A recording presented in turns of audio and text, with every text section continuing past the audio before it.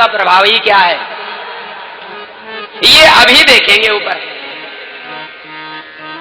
युक्ति लगाई ऊपर दिखाने के लिए, कैसे भी हो ये ऊपर देखें। तो अब सखियों ने विचार किया आपस में, सखी ये ऊपर कैसे देखें। हम आपस में कुछ बातचीत करती हैं, इनको सुना सुना करके, इन्हें सुना सुना करके हम आपस में कुछ बात करें जिससे ये ऊपर देखने के लिए मजबूर हो जाए। तो अब ये आपस में बात करने लगी। एक सखी दूसरी सखी से कहने लगी, सखी तू इनको जानती हो? तो उसने जोर से उत्तर दिया जिससे राम जी सुन लें। उसने कहा, सखी इनकी कौन कहे, मैं तो इनके बाप तक को जानती हूं। अब लो, जब इस प्रकार से यदि कोई कहेगा तो स्वाभाविक है, अरे लगता हमें कोई जानने वाला है। तो सखी ने कहा कि इनकी कौन कहे, मैं तो इनके बाप तक को जानती हूं। और मौन हो गई। देखे अब क्या प्रभाव पड़ता है। तो राम जी तो बड़े मर्यादा पुरुषोत्तम हैं, इसलिए राम जी तो चंचल नहीं हुए, लेकिन लखन लाल जी थोड़े से चंचल हुए। लक्ष्मण जी ने कहा, भैया मुझे लगता है कि इस मिथिला में हमें जानने वाली कोई है। अरे हमें क्या, वो तो हमारे पिताजी तक को जानती है। तो भैया कौन है हमको जानने वाली, एक बार देख लूं ऊपर। राम जी ने कहा, लक्ष्मण हम इसीलिए आए हैं तुम्हारे साथ, ऊपर नहीं देखना है अपने को। अब बड़े भैया हैं इसलिए नहीं देख सकते। अच्छा मान लो हम विचार करें, यदि यहां कहीं राम जी की जगह यदि भगवान श्री कृष्ण होते तो? वो लीला पुरुषोत्तम है। मथुरा में गए थे ना, नंद बाबा मना करते रह गए कि मत जाओ मत जाओ, लेकिन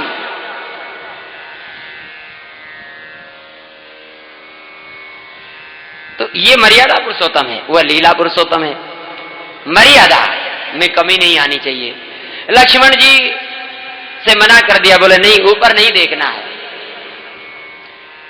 नहीं देखा।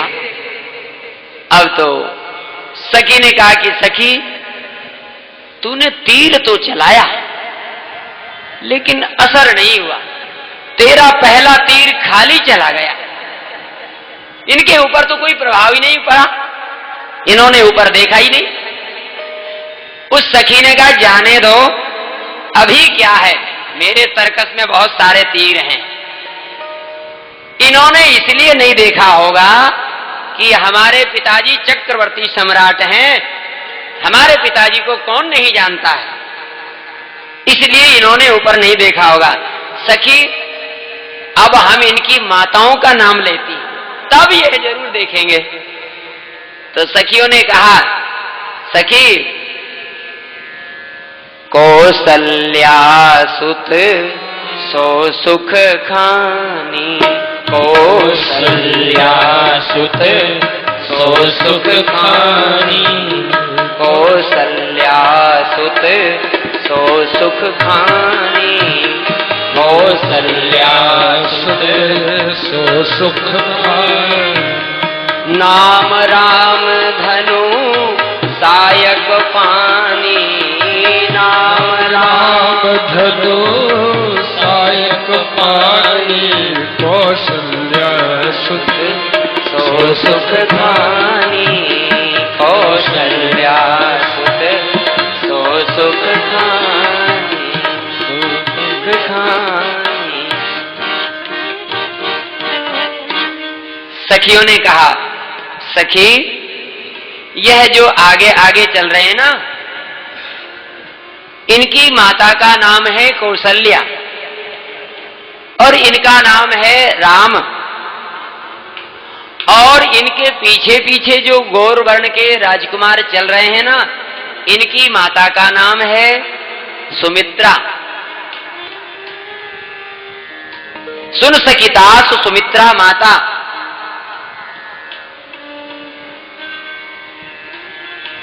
ऐसा कहकर के और चुप हो गई कि देखें अब क्या होता है। आगे आगे जो चल रहे हैं इनकी माता का नाम कौशल्या और इनका नाम राम, जो पीछे चल रहे हैं इनकी माता का नाम सुमित्रा और नाम है लक्ष्मण। ऐसा कहकर के मौन हो गई कि देखें अब क्या होता है। अब तो लक्ष्मण जी से नहीं रहा गया। लक्ष्मण जी ने कहा भैया आप चाहे भला मानो चाहे बुरा मानो, हम तो एक बार ऊपर अवश्य देखेंगे। अरे इन्हें यह भी मालूम है कि इनकी माताएं भी अलग अलग हैं, तो लगता है यहां पर पहले से ही हमारे अयोध्या की रहने वाली कोई ना कोई काकी अथवा मामी अथवा मौसी, कोई ना कोई यहां पहले से ही मौजूद है जो इन्हें सब कुछ मालूम है। हमारी माताओं का भी नाम मालूम है, हमारा भी नाम मालूम है, तो भैया हम तो एक बार ऊपर अवश्य देखेंगे कि कौन है हमें जानने वाली। राम जी ने कहा लक्ष्मण ये कुछ नहीं है, ये मिथिला है, मिथिला। ये प्रेम जाल बिछाया जा रहा है, ऊपर दिखाने के लिए प्रेम का जाल बिछाया जा रहा है, इसीलिए अपने तो ऊपर देखना ही नहीं है। लक्ष्मण सिर अभिमानियों की नगरी में उठाया जाता है और ये नगरी प्रेमियों की नगरी है, तो प्रेमियों की नगरी में तो सिर झुकाकर चलने में ही शोभा है। सिर तो अभिमानियों की नगरी में उठाया जाता है, इसलिए यहां तो बस ऊपर देखना ही नहीं है। नहीं देखा। अब सखियां परेशान। सखी ने कहा कि सखी इन्होंने तो अब भी ऊपर नहीं देखा।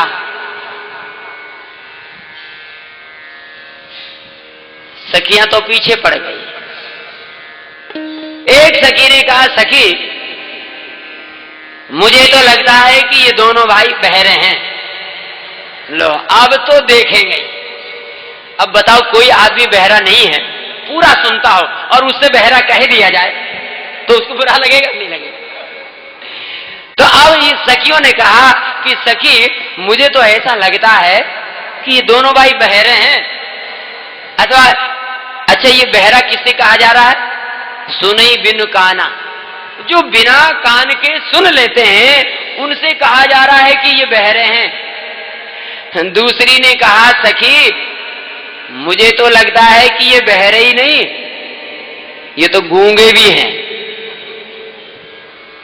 आपस में भी इशारे ही कर रहे हैं, बात बिल्कुल नहीं कर रहे हैं। गूंगा किससे कहा जाता? बिन बानी बक्ता बड़ जोगी, आनंद रहित सकल रस भोगी, बिन बानी बक्ता बड़ जोगी, उनसे गूंगा कहा जा रहा है। जो बिना कान के सुन लेते उनसे बहरा कहा जा रहा है। महाराज एक सखी ने कहा कि सखी मेरे विचार से तो ये ना तो बहरे हैं और ना ये गूंगे हैं, तो फिर क्या है? कहा बोली ये गुमानी है। बोले किस बात का गुमान है? बोले ये सुंदर है, अपनी सुंदरता का गुमान है। दूसरी सखी ने कहा कि सखी इसमें तो कोई शक नहीं है भाई, सुंदर तो ये है, सुंदरता के धनी, रूप के धनी तो ये हैं। पर सखी हमने इतनी बातें की, इनको सुना सुना करके इन्होंने ऊपर देखा ही नहीं, क्या करें? ये कैसे ऊपर देखें? और राम जी ऊपर देख नहीं रहे। सखियों ने कहा कि ये ऐसे नहीं देखेंगे। कैसे देखेंगे? कहा इनके ऊपर कुछ गिराओ। अब तो देव देखेंगे। कहा इनके ऊपर कुछ गिराओ। सखी क्या गिराओ इनके ऊपर? यह तो इतने कोमल है, इतने सुकुमार हैं कि इनको चोट लग जाएगी। क्या गिराया जाए इनके ऊपर? इनको तो चोट लग जाएगी। दूसरी ने कहा कि इनके ऊपर फूल बरसाओ। कोई व्यक्ति नीचे जा रहा हो और ऊपर से यदि उसके सिर के ऊपर कुछ गिरे तो व्यक्ति ऊपर जरूर देखता है कि कौन है। तो अब इन सखियों ने पुष्प ले लिए और पुष्पों की वर्षा करने लगी। ये हर सई बरसई सुमन सुमुखी सुलोचनी वृंद। ये हर सई बरसई सुमन सुमुखी सुलोचनी वृंद। हृदय में हर्षित होकर के बरसाने लगी। क्या? बोले सुमन। सुमन माने पुष्प भी। सुमन का अर्थ पुष्प भी होता है और सुमन का अर्थ सुंदर मन भी होता है। सुमन के बहाने इन सखियों ने अपना मन भगवान को समर्पित कर दिया है। अच्छा देखो, मन तो सबके पास में है, मन सभी के पास है, लेकिन सुमन नहीं है। मन तो है लेकिन सुमन नहीं है, सुंदर नहीं है। तो सुंदर मन किसको कहा गया है? कौन सा मन सुंदर है? किसको सुंदर कहा जाएगा?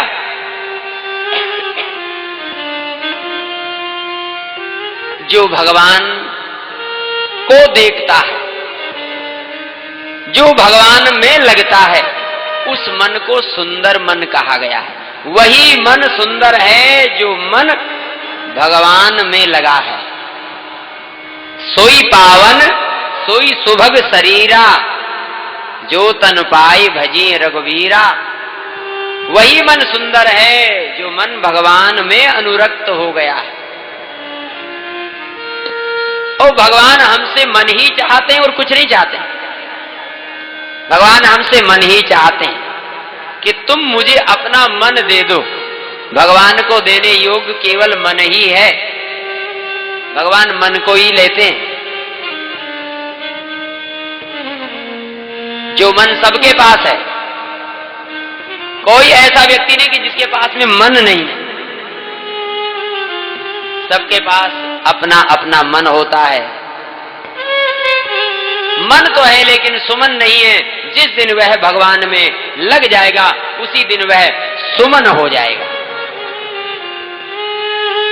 आज इन सखियों ने ही हर सई बरसई सुमन सुमुखी। सुंदर मुख कौन सा है? इसको सुंदर मुख कहा गया है जिस मुख से भगवान का नाम उच्चारण होता है, वही मुख सुंदर है। ये हर सई बरसई सुमन सुमुखी। ये सुमुखी है क्योंकि भगवान का नाम ले रही है, इसलिए सुमुखी है। सुलोचनी, इनके नेत्र सुंदर हैं। सुलोचनी है, ये सुंदर नेत्र वाली है क्योंकि इनके नेत्र भगवान में अनुरक्त हैं। वही नेत्र सुंदर हैं, वही सुलोचना है। उसी के नेत्र सुंदर हैं जिसके नेत्र भगवान को देखते हैं। इसलिए इन सखियों के लिए गोस्वामी जी लिखते हैं कि यह सुंदर मन वाली भी है, सुंदर मुख वाली भी है और सुंदर नेत्रों वाली भी है। ही हर सई बरसई सुमन सुमुख सुलोचनी वृंद। इन्होंने जब पुष्प बरसाए, अपना मन भगवान को सौंप दिया। तो जब भगवान को कोई मन दे देता है, जब भगवान को कोई मन दे देता है तो फिर भगवान नहीं रह सकते, फिर उस व्यक्ति को प्राप्त हो ही जाएंगे। सखियों ने जब अपना मन भगवान को सौंप दिया तो भगवान ने ऊपर देखा। जब ऊपर देखा, आहा, ये सखियां देखती रह गई।